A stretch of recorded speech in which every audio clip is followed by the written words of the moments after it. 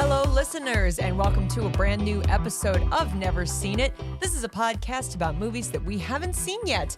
I'll be your host today. My name is Betsy, and with me is Trent. I like how you say it is a brand new episode, as if we're going to put on like a rerun or something. Maybe we will someday. We have a lot of episodes we could re-release, Trent. Oh no. We've talked about redoing some of the earlier stuff that we've done. Yep. Because it's kind of bad. I mean, we were new. We were trying it Very out. new. So, give us a little grace if you ever go back that far and listen to those episodes. Literally, I was listening to like episode number, 45. I don't remember the actual number. And I have to listen to it at higher speed because we talk so slowly and so in a way that I would not let pass nowadays because I edit the ever-loving shit out of our episodes. We were thinking a lot harder in those days. Yeah, we had a lot longer pauses as we collected our thoughts in real time. Yeah. Now we just say the first dumb thing that's in our head and it comes out the mouth and then, it goes on the recording. And here we are. But yes, it is a new episode today, a new movie. We have reached the end of our decade series with this year that we are in. This is 2024. And, it might be fall for some of you, but for us, Glen Powell's Summer is Eternal. So we are watching from 2024, Hitman. Hitman. It is two words, not to be confused with all of the other Hitman type movies. The video game franchise and movies. Other movies that are attached to that. No, completely unrelated. Hit space man. That is the movie today, Trent, because you and I didn't watch this when it came out at the beginning of the summer, and we were trying to figure out, what do we do? What do we do that marks 2024, ends us with a little bit of a bang? Well, is there any bigger star right now than Glen Powell? Glen fucking Powell. That's to get it right. Glen fucking Powell. Yeah, and, we were kind of struggling with what we wanted to really do here for 2024 because the last 2 years we have done this series, the one that we choose is the winner of Best Picture at the Oscars.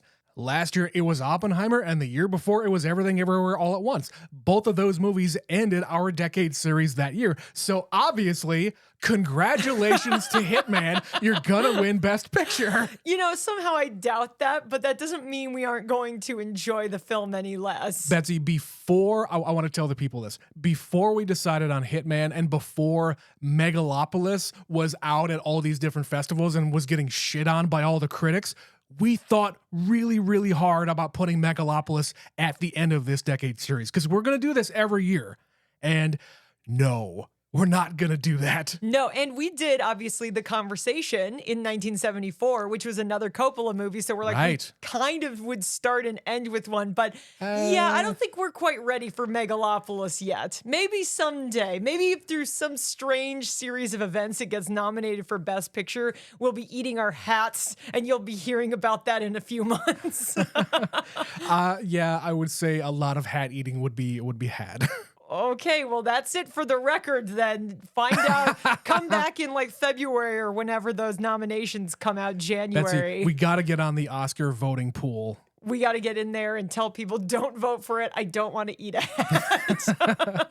All right, let's talk about Hitman. Yeah, Trent, Hitman, what do you know about this movie? So Glen Powell, I think, is an unassuming guy that has a regular job. I think he has a regular life, but on the side, he takes jobs from, I think, the cops. I have no idea whether or not it is like, hey, he's killing people, or it is a lot more nuanced than that. I really don't know. It's a little bit stranger than that, Trent, because he's not really a hitman, as I understand it. He's pretending to be a hitman. Pretending, I think it's a movie about an actor, which is really funny if that's what the case is, because now we're tying it back to Team America World Police. All right. So fake hitman / real actor gets involved with what you said. He does work. He moonlights with the police in like sting operations. Okay. I think that's what it is. Or it's somewhere in between where we're both sort of right and we're both sort of wrong. I'm really curious because when I watched the trailer for this, I nodded at Betsy and I'm like, yeah, Yeah, this looks really good. And I'm really excited to watch more Glen Powell movies where he's just a fucking goofball. Yeah, he's gorgeous, he's handsome, all of those things, but at the same time, come on. You got to give him his other props because he has to be more than just a pretty face. He's got to back up that with actually good acting and a good sense of humor. And this one, he does get to display his comedic timing and expand on a relationship that already existed, because this is his second pairing with Richard Linklater. So he did a movie with him a few years before anybody knew who Glen Powell was, called Everybody Wants Some. Okay. And we haven't watched this one yet, but I've been hearing for years it's really good. And it's just one that Linklater kind of made and sort of flew under the radar. But Glen Powell is one of the stars of that movie. And in the Linklater way, they developed it together. He's very big on that kind of director-actor relationship. Yeah, where they the sort collaboration. It's more of a collaboration. Which I'm also reminded of the Before trilogy that we Yes. watched before we had a podcast. The two main actors in that movie, Ethan Hawke and Julie Delpy, basically developed their characters themselves, and they just brought the feedback to the director, and he either said yes or no, I want it to go this way or that way, the other way. And it was a complete collaboration. All of those movies, they collaborated, and they were fantastic. Yeah, so it's going to be a little bit of that, where it's that kind of a collaboration. It's a little bit of reuniting him from the earlier movie. I can't really name anybody else who's in this movie, if I'm I know being there's totally a honest. chick in it that's like the love interest, I guess. And I bet I will recognize her, or I will know the name when I hear it, but off the top of my head, I'm not quite sure who it is. But other than that, I don't know a whole lot about this movie, and I kind of like it that way because we get to enjoy it and be surprised. Yeah, we get to be surprised by the silliness. So let's go be silly. We're going to go and watch 2024's Hitman, and we will be right back.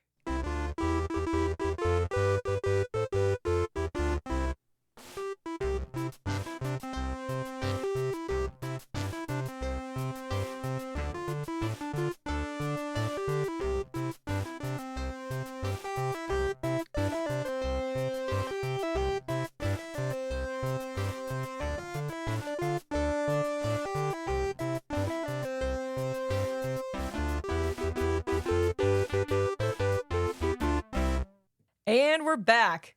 Trent, I swear to God, I can't ever hear a bad thing and find out that Glen Powell's a piece of shit human being, because my God, is he a fucking movie star? He is charming as hell, and I just want to hang out with the dude. I need him to be the real thing. I need this. But that was Hitman, Trent. What did you think about it? You know, I don't watch a lot of Netflix stuff. And the Netflix formula of their movies and TV shows, and I know that they bought this movie, but they buy things that fit their audience and they buy things that fit their vibe. And this is very much a Netflix kind of movie, but it's a good one of those movies. I'm not going to sit here and say I loved it, but I would say this is a really interesting story, and I'm really glad that Richard Linklater got his paws on it and was able to extract this entertaining story out of it, because this is based on a real thing, and I had no idea that this was real. I also did not know that this was based on a real guy who really did this. It's just, it was quite a few years ago. They updated it. They modernized it. Yeah, this was like decades and decades ago. There was an article that came out in 2001 about this guy's life, and he retired around that same time, which is why he was able to, tell his story. And unfortunately, the guy he was based on died the year before this movie was a thing. So it's unfortunate. Like Richard Linklater said that he had never even met the guy in real life. He talked to him on the phone. That's it. So they had to extrapolate from that conversation and the interviews he's done and the article and everything else. So... Well, that's the joy of making a movie, is you don't really have to base the whole thing in reality. No. And I agree with you. Like, this is definitely like, you could just be scrolling through Netflix and find this and hit play, and you are going to have a great fucking time. Yeah. Like, this was really fun. I was smiling pretty much this entire movie. but it's also a lot darker than I thought it was going to be. And there were some turns in the plot that I wasn't expecting. So we'll get into all of that as we discuss this. But yeah, I had a really good time watching this movie. I agree. Is this the greatest movie of all time? Is it Richard Linklater's greatest? No. But goddamn, Glen Powell. Glen Powell is a fucking star, and watching this movie just solidifies that even more than I already thought that. Yeah, and what I'm really looking forward to here with him, and I know we're looking forward with this conversation, but what I'm really looking forward to is to get him in more serious acting roles and not have him be just the pretty boy and not have him be the charming guy with a nice smile and the nice body. That you have to be more than that. We've talked about a guy like Ryan Gosling. Ryan Gosling could have been the pretty boy in all of the romantic comedies. He can be charming, he can be handsome, but then you're not going to get a thing like Drive, or you're not going to get a thing like La La Land and all of these other dramatic roles that he got known for after he kind of said, you know what, I don't need to go down that road. And at the same time, we also talk about the road that Matthew McConaughey went on. He did not get into real dramatic acting until well into his career. Well, he was in it. He wasn't known for it. There's a difference. After it. Well, he did, but it was in small doses. He wasn't the leading man in the dramatic movies 9 times out of 10. Or they weren't that successful. Or people didn't take him seriously because he was the all right guy born of a Richard Linklater movie. Exactly. But you get what I'm saying, though. I really want Glen Powell to say, okay, I've got the attention of Hollywood. I've got the attention of the middle-aged women and everybody else who likes me. He has my attention. Of course. But I really want him to seize this opportunity and find something that is really going to speak to him on a level that we haven't seen yet. Something that he can like sink his teeth into. And really be an actor. And again, I'm not saying that any of the stuff that we've seen him in is bad, but he's just kind of playing the same guy. Okay, I'm going to give you a counterpoint to this because, yes, there is a character here that is basically the same guy he was in Twister, because that's who Glen Powell is. He's the dude from Texas who wears those cowboy shirts and his tight pants and his cowboy boots. That's Glen Powell. That's really him because that is where he grew up. It's a great look for him. Absolutely. Okay?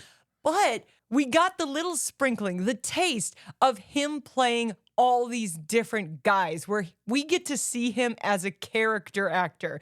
Yes, it was very tiny doses, but when he's doing it, I was laughing really hard because he's doing voices. He's got all these costumes and he is like fully leaning hard into this where it's just like, Jesus, you really can do all of this, can't you? You are really good looking. You are really charming, but he's funny too. Like, not every actor can do this movie and do it the way he did with all the characters. He has a deft touch to the comedic portions of this, and I appreciate that. It's just, you don't have, like, everything is on this side of the spectrum. You don't get the other side where you don't get to be goofy. You don't get to be charming. We talked about this when it came to Leonardo DiCaprio. Now, he did a lot of dramatic stuff. He did a little bit of comedy here and there, but the conversation always was about, man, Leo's just never going to get his Oscar. He was nominated a few times for a lot of his dramatic stuff, and he's a good actor, but he's never going to actually get it because all he ever plays in his Oscar-nominated stuff is where he's all done up, he's wearing a suit, and he's the good guy.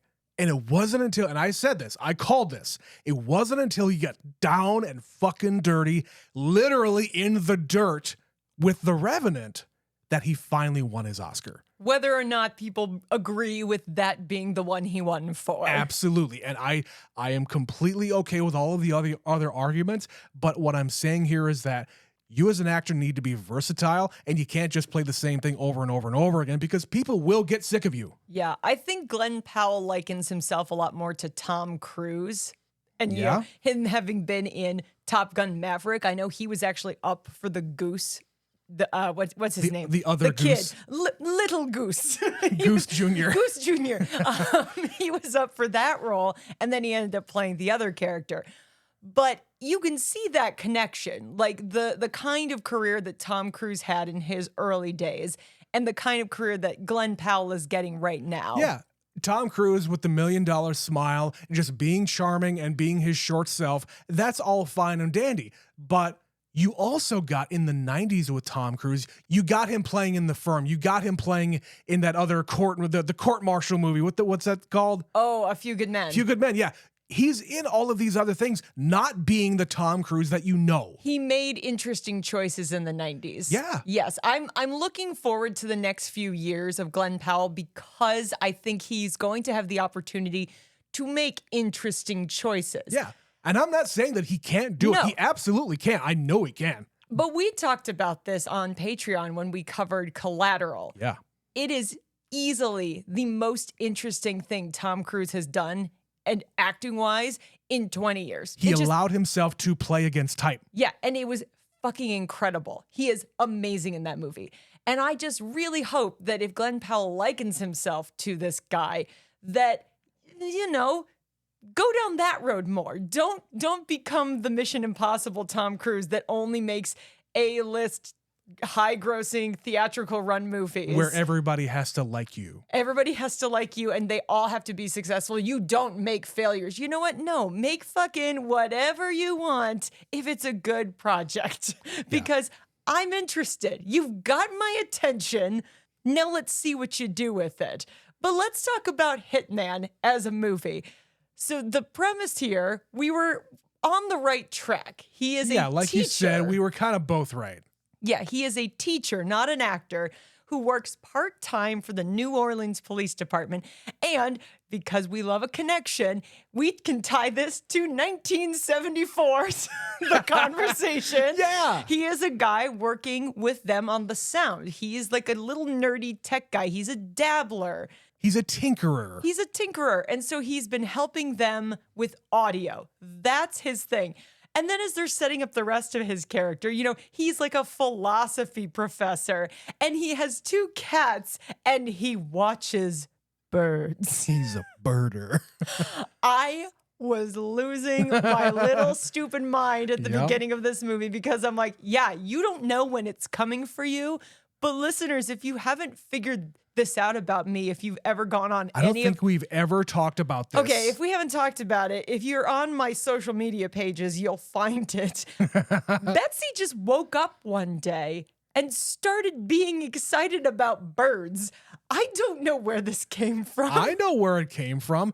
Betsy gets up every morning to have breakfast, and our dinner table, where she sits, faces outside of our patio door, where we have an entire bunch of trees, and our deck is there, and there's all sorts of different birds flying around.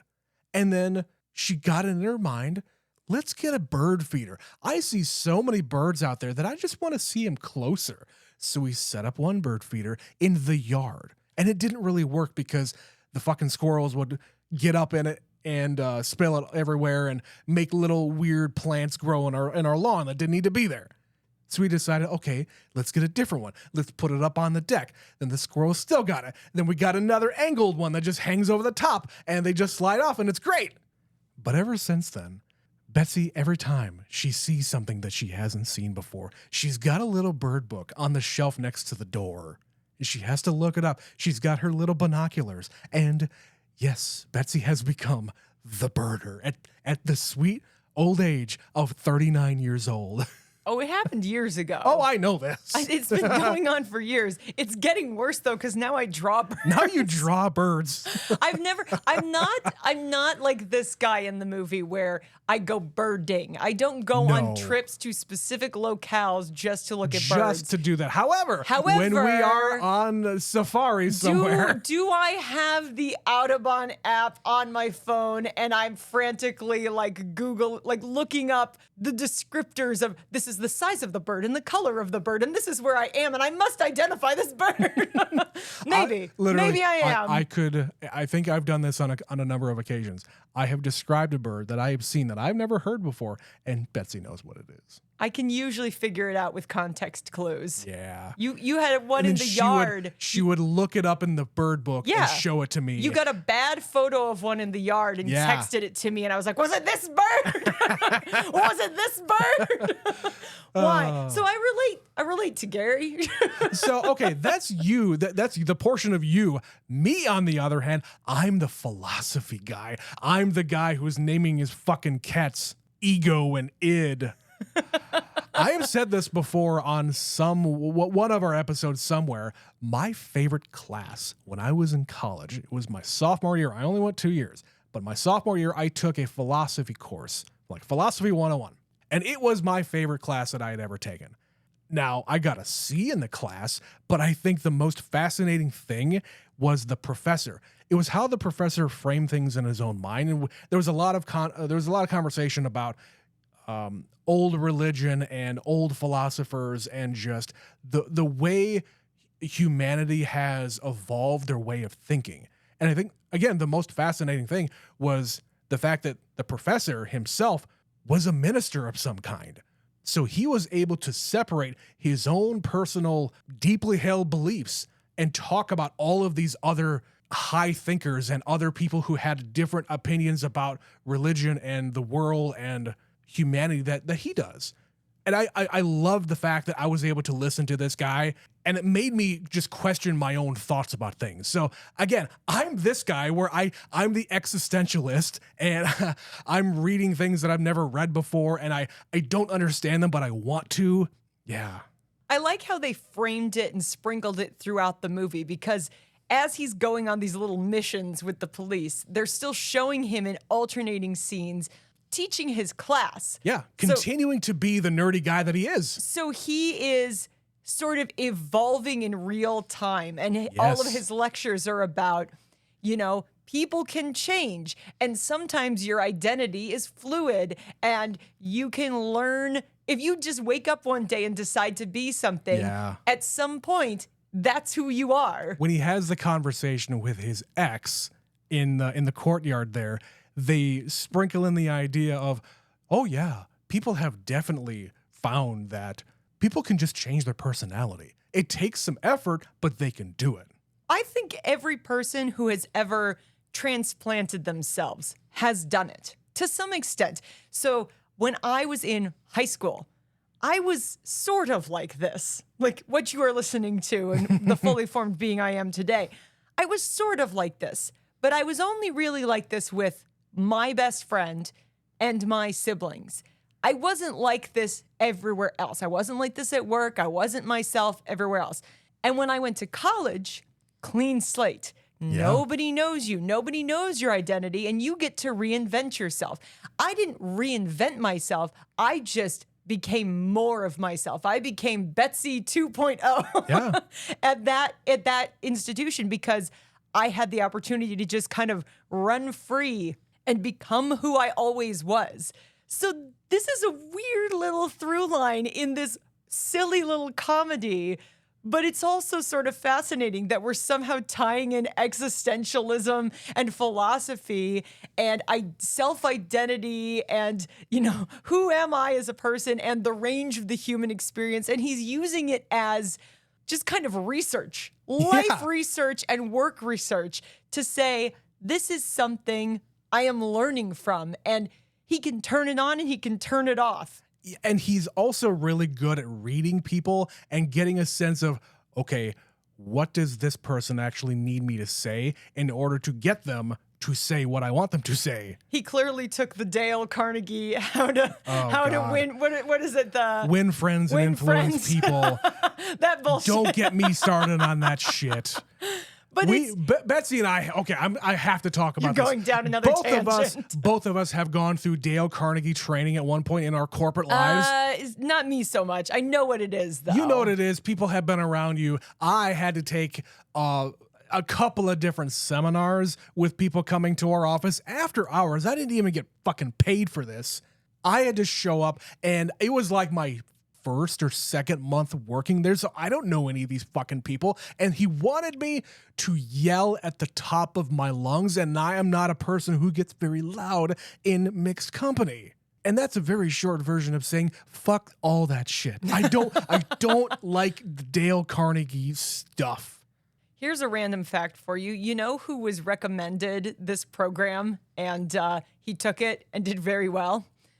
Charles Manson. Yeah. Another famous killer. Hey, speaking of killers, we watched a movie about a hitman who's not really a hitman. On track. Yeah, they set up this guy. He is so like meek and quiet, and his hair is terrible, and he's wearing goofy dad shorts, those denim knee-length Bermuda shorts, and his shirt's tucked in. And it's like, who is this guy? Because I was like, oh, okay, this is his starting form. This is who he is.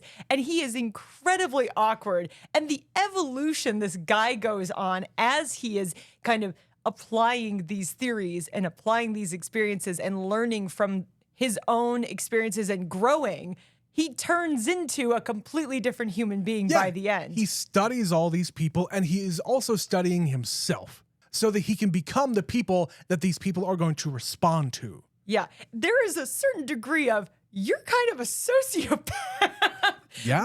By necessity, by design.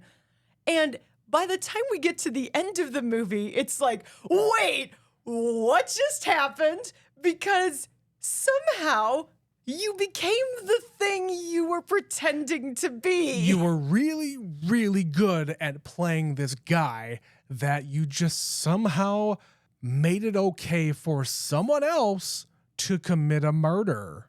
I had no idea that not only was she gonna kill somebody in this movie, but he was gonna kill somebody in this movie. Fully committed. What a left turn that was. I'm just like, wait a second. Wait a second. What is happening? He's dead? What? Yeah, and the way it builds to get to that moment, like I was invested because now I'm like, okay, where is this story gonna go? Yeah, they were basically taking the concept of murder and making it such a casual thing. The entire way she's into him. He's a killer, and she doesn't mind. She likes it because he was nice to her. And when he's not off doing the murders, they're having a good old fuck fest.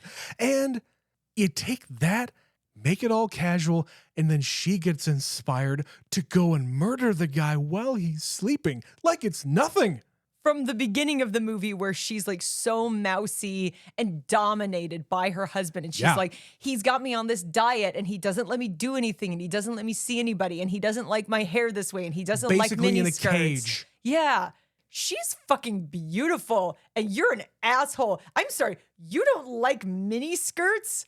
Let the woman wear what she wants. She's a gorgeous woman. What is wrong with you? And everybody can agree that, yes, that is a very bad situation. Doesn't mean he deserves to die. No, but the way, again, that Linklater, and I mentioned it in the intro, the screenplay is co-written by Glen Powell. They worked on this together. Yep. They're intersplicing, like they have the scene where he's teaching outside and he has given the students a thought assignment. He says, okay, you are a group of people and you're in modern times and this is your situation. You're the jury. What do you do? And they decide that in modern times, this guy should get life in prison, no chance of parole. Then he poses the same question to another group of students. A hypothetical, it's 2,500 years ago. But it's like Neanderthals and your leader is wild. And they all immediately go, the conclusion is to kill him. And he gives this speech about, sometimes, people's idea in human history of what is and isn't acceptable amount of death, like killing people as a form of punishment. Mm-hmm. It's this weird thing that we're subliminally being told. We're being kind of primed throughout the movie to get to the climax of the film where we need to be okay with him killing somebody because the whole rest of the time, that's not who he is. There is no world in which I thought we would get to that point. Yeah, and when he says at the very end in the narration, he says, okay, I took Gary and I took Ron and I melded them together. And you have to think to yourself, it's not just, hey, I want the charmingness of Ron and the kind of nerdiness of Gary and meld the personalities together. Oh no, he took the murderousness and the casuality, I know that's a word, of murder and integrated it into my own psyche.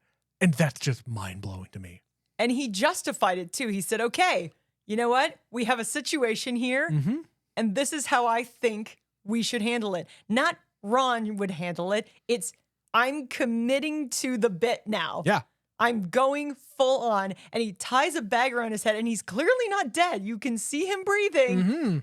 And I thought, oh, they're going to panic. They're going to back down from this. When they're really face to face with it, they're not going to go through with it. No, they started fucking in the kitchen. Well, first they started fucking in the kitchen. First, they started to justify who's gonna miss Jasper. His wife left him. He's a racist piece of shit who beats up teenagers for no reason. Nobody's gonna know it was us. No one's gonna miss him. No one. We have a great alibi. It's fine. Or is it? I mean, they seem to have lived happily ever after. They have this secret that they're never going to be able to tell other people. But down the line, years later, they can just look at each other and say, hey, remember when we killed that cop? Hey, remember when you killed your husband? Yeah. You know, we both killed somebody. I did not expect this movie to go this way. It's the same thing when you talk to your spouse or your girlfriend or boyfriend saying, hey, remember when we had that really good pie or that really good hamburger? What was that pizza place we went to? You know? Yeah, just a casual conversation. Because you have to. If you are committing this heinous act, no matter if they deserved it or not, okay? You killed somebody. One of the worst things you could possibly do as a person in modern society. And you're just very casual about it. Okay. Yeah. It's interesting. This movie is way darker than I thought it was going to be for that. But also, it's not dark. It's not. It's somehow manages to take a dark idea and do it in a weirdly, darkly humorous way. They make you think that it's okay. Yeah. How did he do that to me? He tricked me somehow along this movie. And if it was anyone with less charm, if these two had less charm, you would have been like, no, I'm not on board for murder. And you heard her story. You heard how he was basically keeping her in a cage. And yes, she is much, much better off without him. And they're great together. So what's so wrong with a little murder? Did you expect her to kill her husband?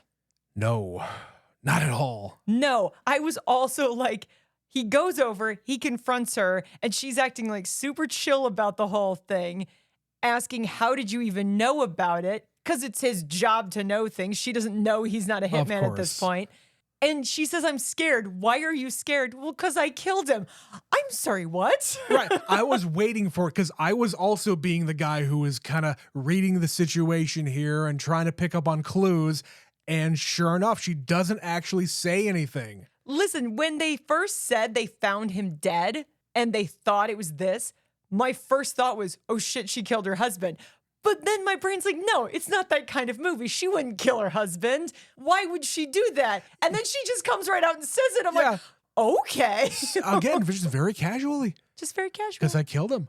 And then he starts to freak out. And then all of the facade just falls away. I love how his voice just changes basically mid-sentence.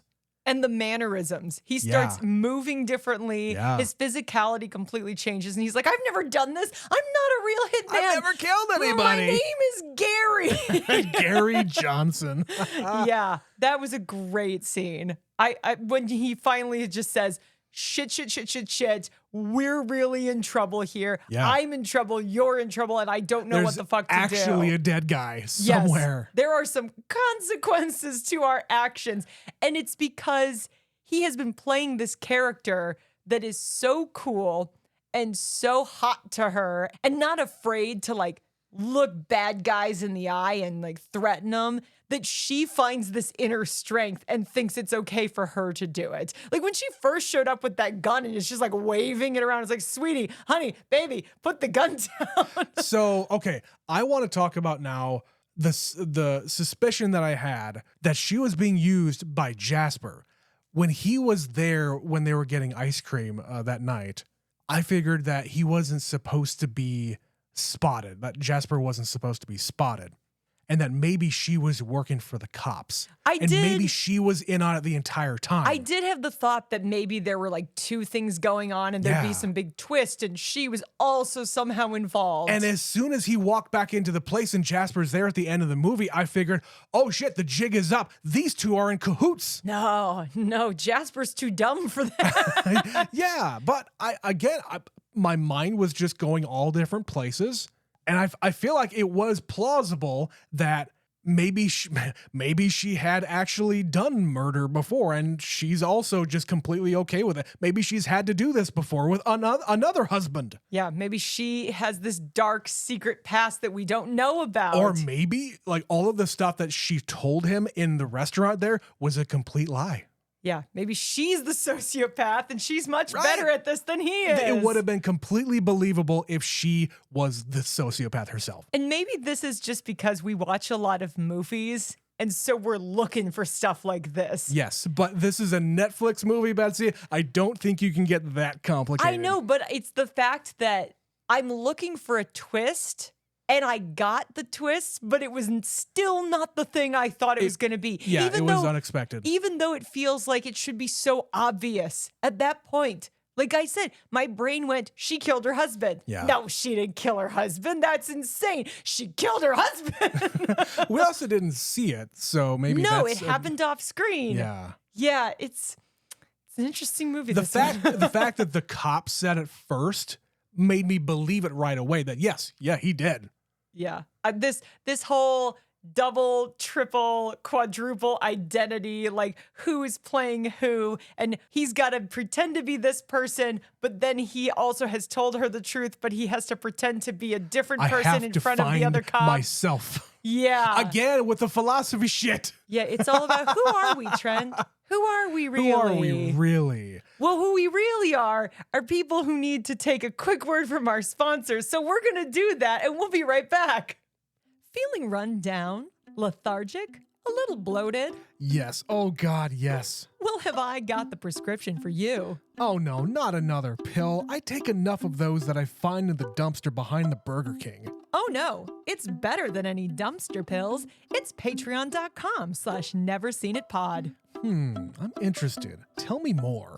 It's premium content from those jokers at Never Seen It. They have 4 other weekly shows, plus bonuses. I've heard of those guys. They're like super talented and funny. And sexy. Don't forget sexy. Oh, then I'll definitely check them out. Thanks, disembodied voice. Anytime. So this whole movie kicks off because Jasper originally was the guy who goes in and pretends to be the hitman. Yeah. And then he basically acts like a bastard cop and he beats up some high school kids and it's on film and they're going to suspend him. But because he's, a unionized police officer, they're not going to fire him. Anyway, that's a whole other conversation. We're not getting into that. But at the very last minute, Gary gets pulled in because he's the only guy they have who vaguely knows the case. And they say, go in there, pretend to be the guy. You know what's going on. You know how this works. You've been on the other side of this. It's the whole premise of the movie. And he just turns it on. And he starts talking about disposing a body. And it is so elaborate and detailed that it makes me wonder if, Gary has sat and thought about this. But he's like, no, I just made it up.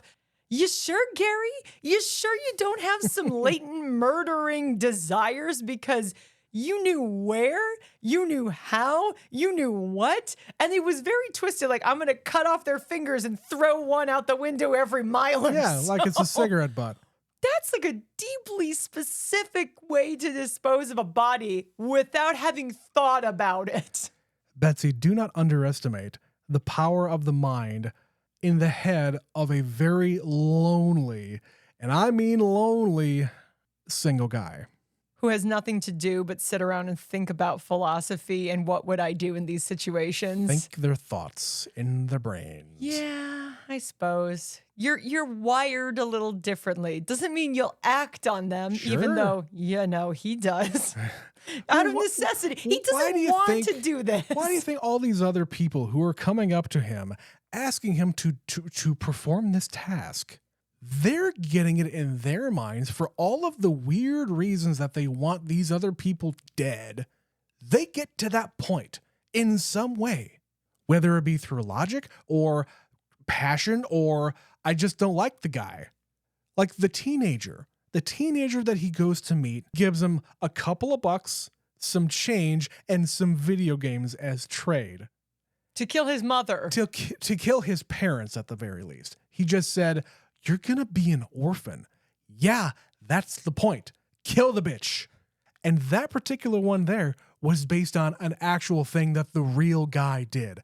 There was a teenager with a very high IQ, 132, I think I read, hired this guy to kill his mom and offered him $3 bills, a bunch of change, like $2 and change, and some Atari video games. Because it was the 80s. It was the 80s, and that's all a kid has. Yeah, it's interesting to watch this and see the going rate of murder. Like, I don't have a lot of money, but I'll give you this speedboat. Like 2,500. I don't even know. What's the going rate, Betsy? Is there like a stock ticker somewhere that goes up and down with the price of murder, like the price of gold and oil? And it varies. It varies. He literally says throughout this that he charges more. He tells a larger number when it's like clearly a well-off woman who lives in a big house or something. Sure. He has a scale. He works for scale. But again, another interesting element of the movie is just the fact that he says hitmen aren't real. But people just get it in their heads they must be. Someone must do this. We have this entire reel of like all sorts of different movies and TV shows where people are just getting off like crazy. Entire premises of movies are based on that, including this one. So there have been people around us that have been busted for this exact thing. It's real. Now, it's real to get busted for thinking it's real. Yes, exactly. And I mean, do we want to just have that conversation? Are there real hitmen? I'm going to say yes, but not in this way. I feel like it is highly unlikely the average human can find themselves a hitman. In New Orleans, you really think you can just like ask around to some shady characters? No. You might find somebody who's willing to commit murder. That's not the same thing as a hitman. No, you're not going to find a freelance guy whose sole job in life, lives in New Orleans, whose sole job in life is to off people for money, who shows their face for one thing. Yeah, it's not like it's not the the Deadly Viper assassination squad from Kill Bill. It's not real. It's not real. Yeah, you've got some really powerful people with groups of goons who will do illicit things. You've got people who are willing to kill other people as like a one-off. But yeah, the idea of like John Wick just like strolling into the pie shop saying, "I will kill your wife for a speedboat." Well, let's just talk about, I mean, all of the different characters that he plays here, because man, the one, I think my favorite one is the one where he looks like the Guy Pearce character in Iron Man 3 before he goes from, I don't know, this nerdy guy to the handsome fellow. When he's still nerdy. Yeah. He's got that weird accent that he's got, and he looks like him. He's made up like him. I don't know if it was actually supposed to be like that, but I don't think it's supposed to be him. I don't think so. I get the comparison. Like he's got weird hair and a ton of freckles and like weird teeth. Yeah, he's very, very nerdy. I liked the random Russian, vaguely Eastern European. I'm not really sure what he was. Speedboat person? The speedboat guy. Yeah. Where he's just like, yes. Okay. Like, what are you doing? And like the guy, when they're out skeet shooting, like the fucking redneck. That one might have been my favorite, where he's got like full neck tattoos and he's just like, fuck yeah, woo! Take the law into your own hands. And sticking his tongue out and just screaming. Yeah, it's very wild. And the inclusion of him saying, I was always too shy as a kid to try out for the school plays. So you understand why there's a part of me that's like, maybe he is truly an insane person or a sociopath or a psychopath or something. I don't think so, because Betsy, I was this person in another life. I was this very quiet person who would have been completely okay with being the nerdy philosophy professor at some place and just prognosticating about life and humanity and everything else. I could have been this guy with the 2 cats and being a birder and everything else. So I could have been this guy, but instead I chose podcasting. Yes, but the leap from there I know. to murder. I know. The leap from there to murder is not that big. You're right. When you lean in so hard to something, the whole theory here is sometimes you don't even know that that's the real you. Yeah, you don't pretending. know. Yeah, you have it in you. No, you think you're pretending when in fact that's you. That's your reality. That feels the most natural when you are in your element here and playing up like you are this guy. Well, maybe that is you in some way. It might be a very heightened version of you. But that's my point. The real him is the version of him that decides to murder. That is okay with killing a cop. Yeah. For whatever reason that happens to be. That's the journey we go on in this movie. And that's a pretty big leap from beginning to end. Yeah. And, I'm okay with it. I would say, though, I do appreciate any kind of piece of media that wants to address the idea of the death penalty and whether or not the state should be responsible for killing a person. That's all I'm going to say. Well, fair enough. So let's talk about something else entirely.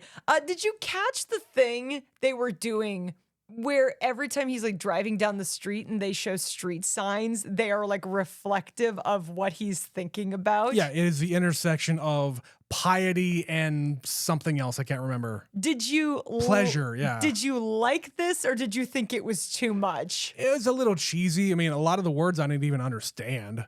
So maybe if it was more direct, maybe it would have been too cheesy. I don't know. I mean, really, if they were to have spelled it out a little bit more, it could have been a little bit too on the nose. It already kind of is. I feel like there's plenty of people who are going to watch this and not even notice it, though. Yeah.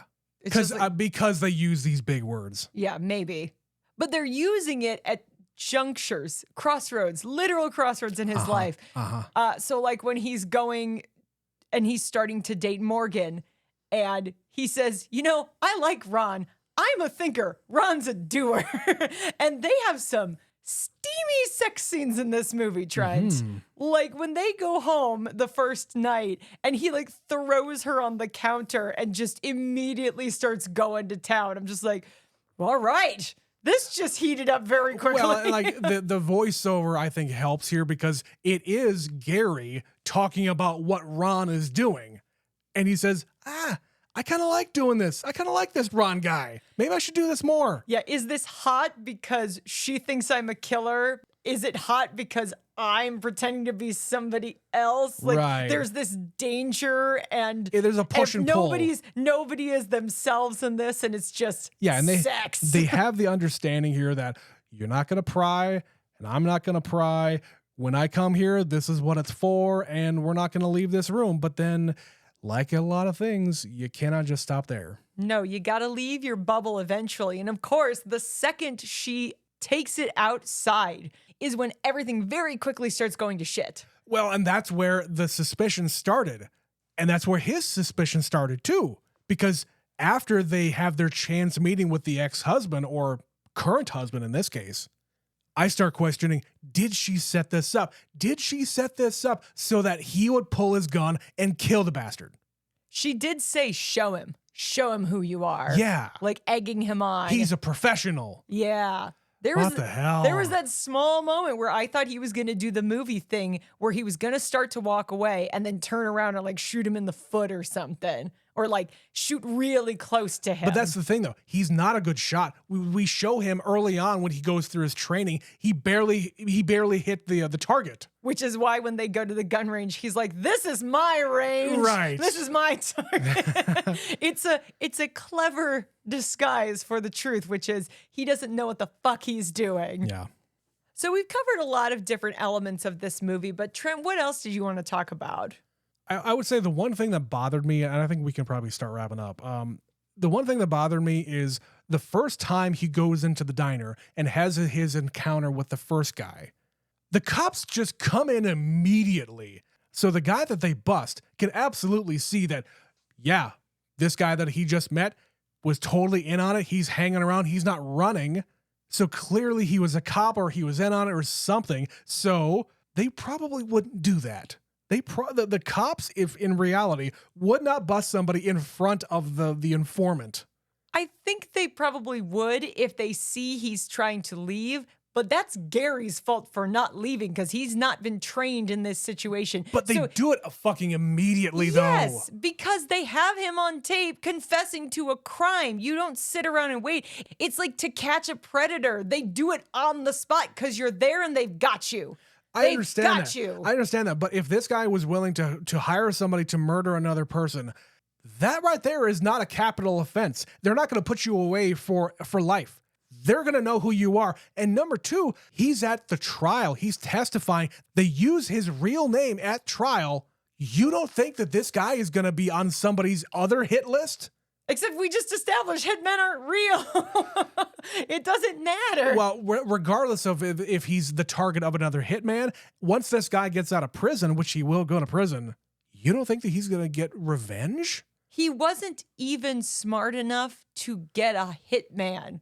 Like, he couldn't figure that out. I don't think that this guy is going to be out to get him later. I absolutely disagree. I agree that there is a certain level of danger by putting yourself out there and making yourself recognizable, but it's like any trial. The arresting officer gets up on there and he testifies just as much as anybody. But if it's an undercover guy, no, he's not.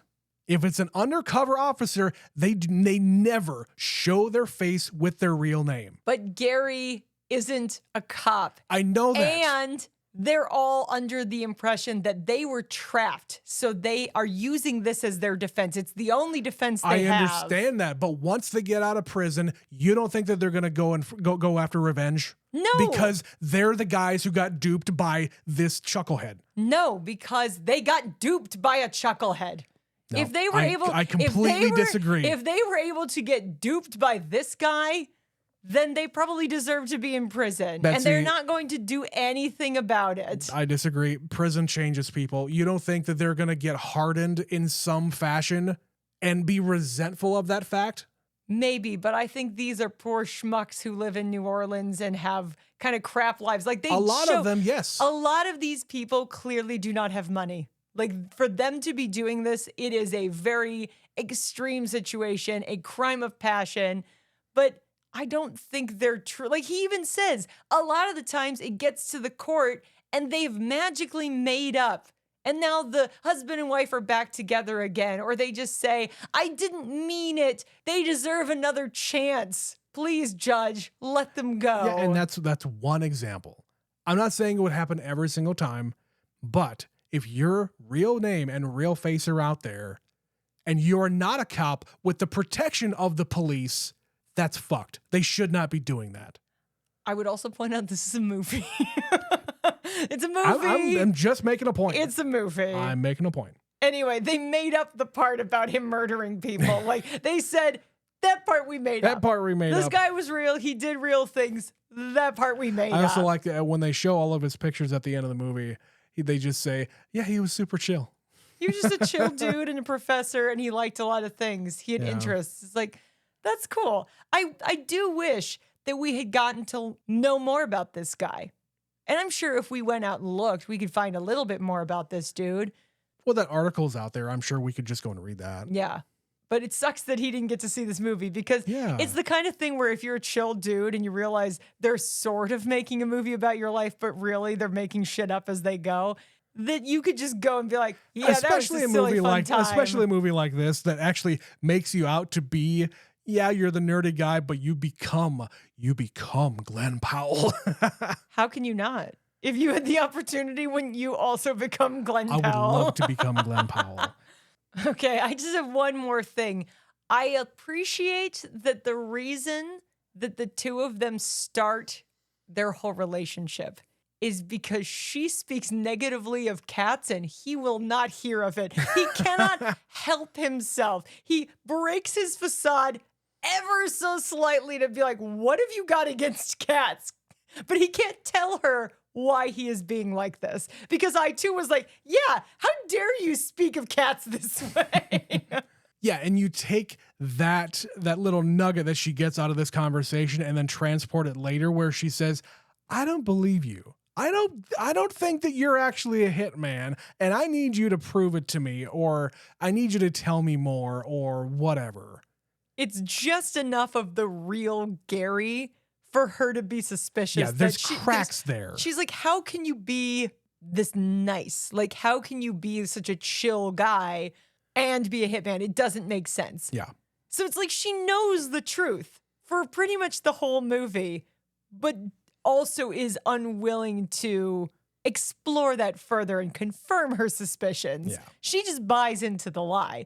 And even when she knows the truth, she's still like, when they have their big fake fight and he's like, the cops are on to you. Which that was a great scene. They put on this big performance, this big show for the cops to get them off of her scent. And you could see she's just like, yeah, I'm into this. I'm into this. Fight some more. Let's go. And how he is just wildly gesticulating, just saying, yeah, keep going. Give me more. Give me more. Yeah. Yep.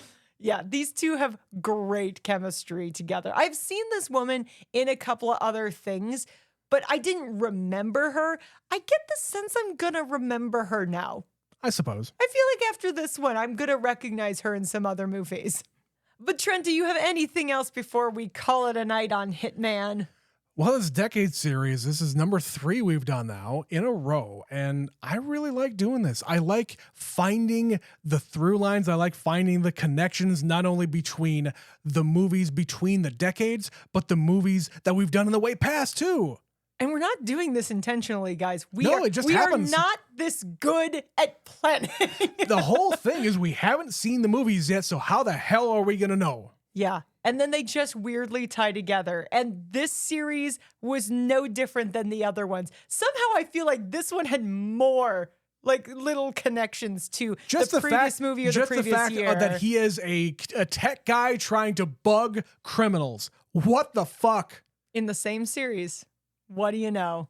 But that's why we do this. We enjoy this series and we enjoyed Hitman. So we would love to know, have you seen Hitman?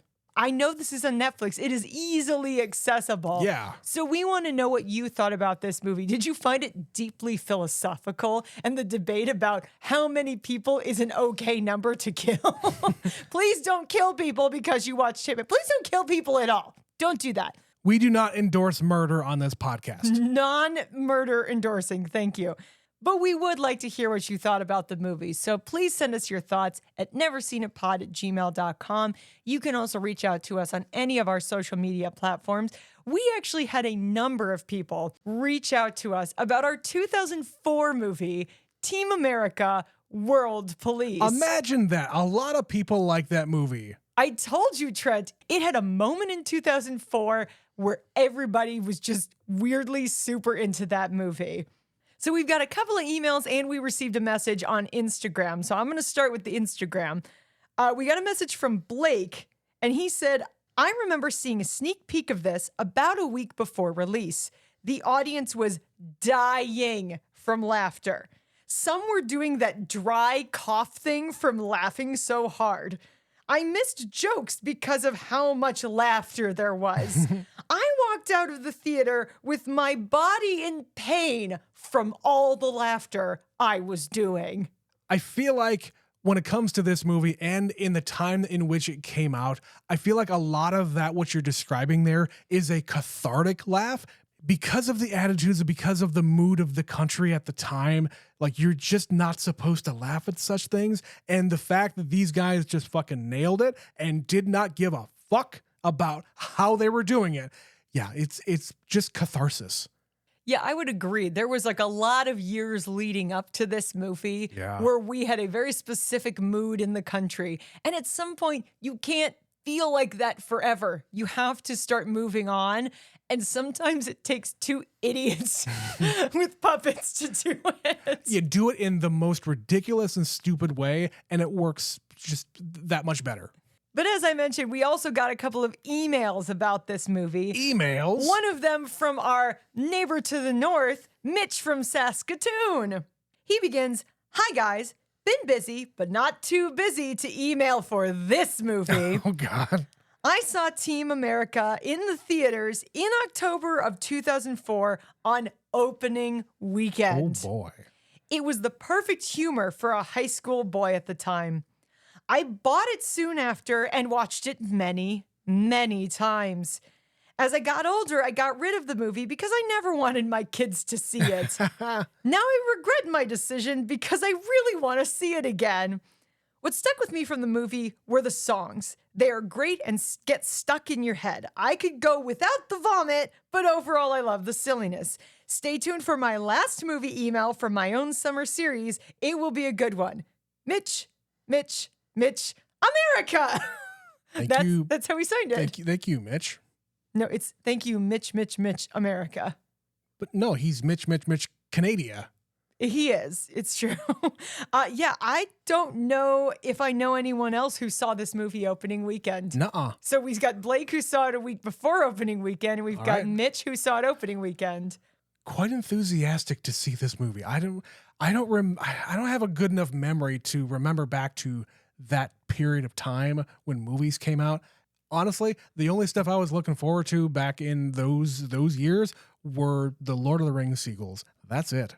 And I didn't even see the first one right away. It was all very popular by the time I rolled into that movie.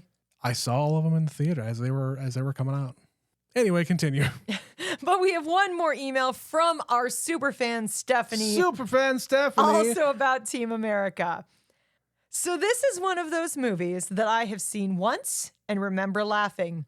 But I also remember it being very dumb and not needing to see it ever again. Well, you're right, Stephanie. It is very dumb. It is in the same vein as Borat. I've seen them both. I have laughed, but I don't need to rewatch them. Agreed. I would absolutely rewatch Book of Mormon, though. And we have. My husband and I sing America, fuck yeah, fairly regularly. Same. Puppet porn? Why? 'Cause you can. OMG, the Matt Damon of it all. Matt Damon. Last night, we watched Boy Kills World. It is funny and action-packed and violent. Definitely recommend. I know you don't cover TV shows, but you should definitely watch Chaos on Netflix, too. From Superfan Stephanie. Well, thank you, Stephanie, but Betsy has some news for you. This is really funny because we got this email the day before I finished watching the first season of Chaos. It just came out, so there is only one season.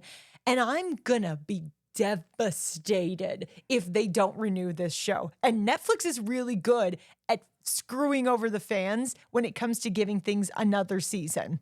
Chaos is the kind of show that is basically made for Betsy. I said this, I think, during the Wonder Woman episode specifically, where we got into a lot of mythology and things of that sort. Mm-hmm. I was a classics major, okay? So I've spent some time reading and learning about Greek mythology. Betsy has a degree in this shit. I do have a degree. It's been a hot minute, but I'm familiar enough with it to know it when I see it. And Chaos is a modern interpretation of Greek mythology. And Zeus is played by Jeff Goldblum, and he's fucking amazing in it. He's so funny, and he's so neurotic, and I'm just obsessed. I literally, every episode, I'm like, what's going to happen? What's going to happen? So I don't usually recommend TV shows because I'm not usually watching any, but this has been my summer of catching up on Netflix stuff. So I'm glad we watched Hitman because that was another thing on my list. And yeah, Chaos. Cannot recommend enough. It's so good. And that has been the TV Minute of Never Seen It.